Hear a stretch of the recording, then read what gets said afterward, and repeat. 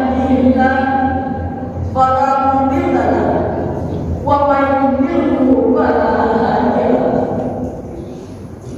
Asyhadu an la ilaha illallah wa asyhadu anna Muhammadan abduhu wa rasuluh la nabiyya ba'da amma ba'du. Fa ya ibadallah inni usikum wa iyaya bittaqwallah faqad faza al-mu'minuna al-muttaqun. Ittaqullaha haqqa tuqatih wa la tamutunna illa wa antum muslimun. Wasma'u ma qala Allah ta'ala fil Qur'anil Karim. A'udzu billahi minasy syaithanir rajim. Bismillahirrahmanirrahim. Utlu ma uhiya ilaika minal kitab wa aqimis shalah. Innas salata tanha 'anil fahsya'i wal munkar wa la dzikrullahi akbar. Wallahu ya'lamu ma tasna'un. Shadaqallahul 'azim. Hadirin sidang jamaah Jumat yang dirahmati oleh Allah. Puji syukur kehadiran Allah Subhanahu wa ta'ala yang telah melimpahkan nikmat-Nya kepada kita semua. Setiap hari, setiap jam, setiap detik, bahkan setiap detik pun Allah selalu melimpahkan nikmat-Nya kepada kita semua. Sehingga dengan nikmat itulah kita dapat menjalankan kewajiban kita sebagai laki-laki Islam, yakni menunaikan sholat Jumat berjamaah pada kesempatan kali ini. Salawat dan salam tidak banyak kita kirimkan buat arwah pucuk pimpinan umat Islam sedunia yang bergelarkan al-amin, yang bertindakan Habibullah. Ia adalah Habibina wa Nabiyina Muhammad sallallahu alaihi wasallam. Allahumma shalli ala Muhammad wa ala ali Muhammad, yang telah membawa umat Islam dari alam jahiliyah kepada alam Islamiyah seperti yang kita rasakan pada kesempatan kali ini. Hadirin sidang jamaah Jumat yang dirahmati oleh Allah. Pada Jumat kali ini, pada kesempatan kali ini, khatib ingin menyampaikan sebuah wasiat, terutama untuk diri khatib sendiri dan untuk sidang jamaah Jumat yang dirahmati oleh Allah.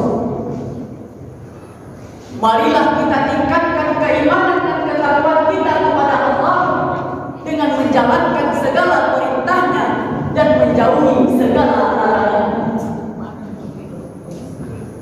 Sidang jamaah Jumat yang dirahmati oleh Allah. Adapun tema khutbah khatib pada kesempatan kali ini, yakni ibadah sholat penyelamat generasi muda dari kehancuran. Tema ini khatib ambil dari landasan Al-Quran surah Al-Ankabut ayat 45. Bismillahirrahmanirrahim. Utlu ma uhiya ilaika wa ma minal kitab wa aqimis shalah. Bacalah kitab Al-Quran dan laksanakanlah salat. Innas salata tanha 'anil fahsya'i wal munkar. Sesungguhnya salat mencegah dari perbuatan keji dan munkar. Wala dzikrullahi akbar, dan mengingat Allah, salat itu lebih besar keutamaannya daripada ibadah lainnya. Wallahu ya'lamu ma tasna'un, dan Allah mengetahui apa yang kamu kerjakan. Hadirin sidang jamaah Jumat yang dirahmati oleh Allah. Di dalam Al-Quran menjelaskan keutamaan ibadah salat, yaitu mencegah dari perbuatan fahsya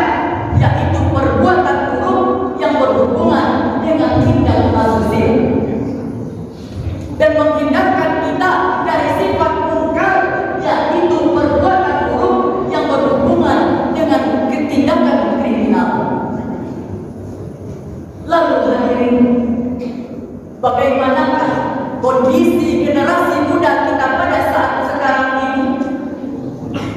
Indonesia saat ini sedang menikmati bonus demokrasi. Dipaparkan oleh Badan Pusat Statistik Nasional bahwa jumlah generasi muda Indonesia saat ini mendekati 53% dari jumlah keseluruhan penduduk yang ada di Indonesia. Sehingga dengan hal tersebut, kelompok usia produktif lebih mayoritas daripada kelompok usia tua dan anak-anak. Namun berbarengan dengan hal tersebut, kita juga tengah dihadapkan dengan persoalan generasi muda. Hampir setiap hari, bahkan setiap jam, kita selalu disuguhi dengan berita dan fakta tentang problematika generasi muda. Mulai dari kasus generasi TikTok, kecanduan geng, kasus narkoba, sampai kasus LGBT dan tindak asusila lain. Kenyataan ini sangat menyedihkan dan mengkhawatirkan kita semua. Mengapa demikian hadirin? Karena generasi muda merupakan tiang suatu negara dan agama di masa depan nantinya, yang memegang tongkat estafet kemajuan bangsa di masa depan nantinya, yang menentukan bagaimana masa depan ini ke depannya. Hadirin sidang jamaah Jumat yang dirahmati oleh Allah, banyak faktor yang menjadi penyebab kehancuran generasi muda. Di antara faktor yang dominan itu adalah: pertama, faktor keluarga. Keluarga yang tidak memiliki perhatian khusus dalam menanamkan nilai-nilai moral dan akhlak. Orang tua yang tidak memiliki peran secara maksimal dalam menanamkan nilai-nilai akhlak dan ibadah. Padahal nilai akhlak dan ibadah inilah yang akan menjadi fondasi utama dalam terciptanya moral itu sendiri. Faktor kedua, yaitunya media sosial dan lingkungan. Media sosial yang sangat masif meluaskan perang pemikiran yang sangat melemahkan generasi muda. Dari sisi negatif, menjadi media penghancur moral generasi muda secara perlahan namun pasti. Media sosial dan teknologi yang selama ini yang tidak dikontrol dengan kekuatan akibat menjadi faktor terbesar terjadinya kerusakan moral generasi muda. Apalagi sejak kita dilanda pandemi COVID-19, sekolah kehilangan peran kependidikan terhadap peserta didik karena dibatasinya tatap muka. Sejak itulah mencampurlah fenomena bahwa orang sibuk memainkan ponselnya sendiri tanpa peduli lawan bicara, berjuta teman di dunia maya, namun anti sosial di kehidupan nyata. Candu melayani media sosial, namun seringkali mengabaikan etika. Seperti inilah karakter generasi muda kita hari ini. Kenyataan yang kita hadapi saat ini merupakan fakta yang tidak bisa kita elakkan dan tidak untuk kita sesali. Tetapi kita harus mencari solusi dan strategi bagaimana cara kita untuk mengembalikan generasi Islam, sebagaimana yang diingatkan oleh Allah dalam Al-Quran surah An-Nisa ayat 9. Bismillahirrahmanirrahim. وَلْيَخْشَى الَّذِينَ لَوْ تَرَكُوا مِنْ خَلْفِهِمْ ذُرِّيَّةً ضِعَافًا خَافُوا عَلَيْهِمْ. Dan hendaklah kamu takut kepada Allah, orang-orang yang sekiranya meninggalkan keturunan yang lemah di belakang mereka, yang mereka khawatirkan terhadap kesejahteraannya. Falyattaqullah walyaqulu qawlan sadida. Dan hendaklah kamu bertakwa kepada Allah, dan hendaklah kamu berbicara dengan tutur kata yang benar. Hadirin sidang jamaah Jumat yang dirahmati Allah. Di dalam ayat di atas, Allah memperingatkan kepada kita untuk mempersiapkan generasi muda agar kita tidak meninggalkan generasi yang lemah di belakang kita.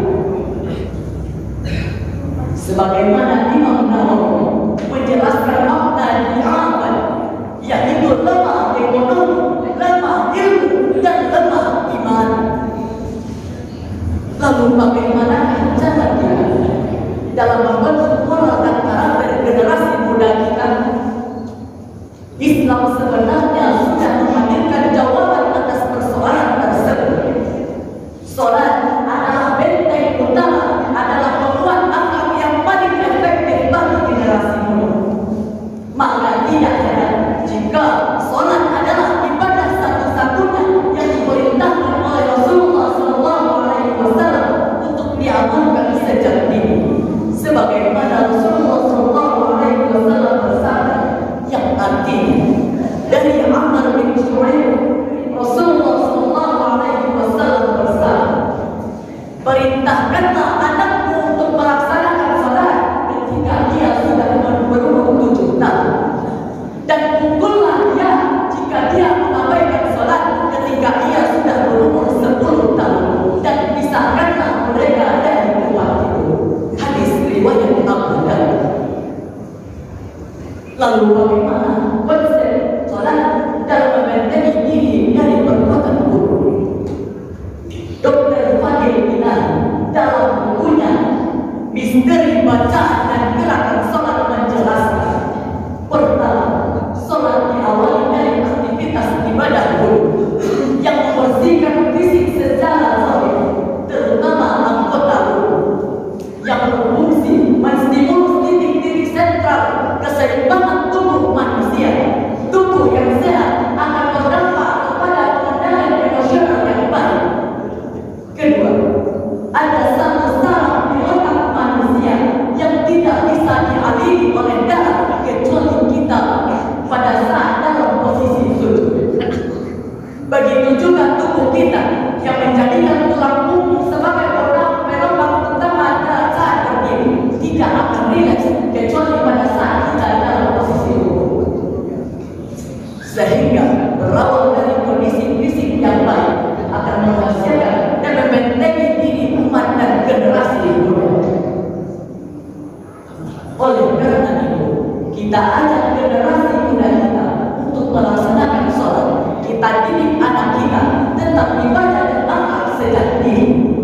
Kita tanamkan nilai-nilai ibadah di dalam diri generasi muda kita, sehingga kita mencapai dan mendapatkan generasi muda yang memiliki kebaikan paripurna. Hadirin sidang jamaah Jumat yang dirahmati oleh Allah.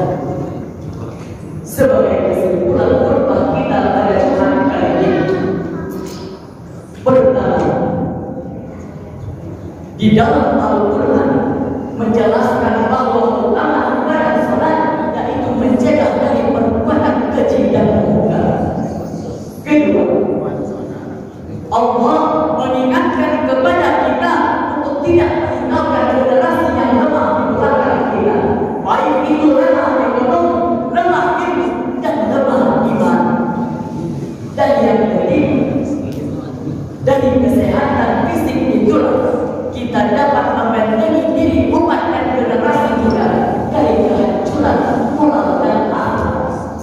Sehingga dengan hal tersebut kita dapat menghasilkan generasi muda yang memiliki kebaikan paripurna. Waqtabiru ya ulil absar la'allakum turhamun.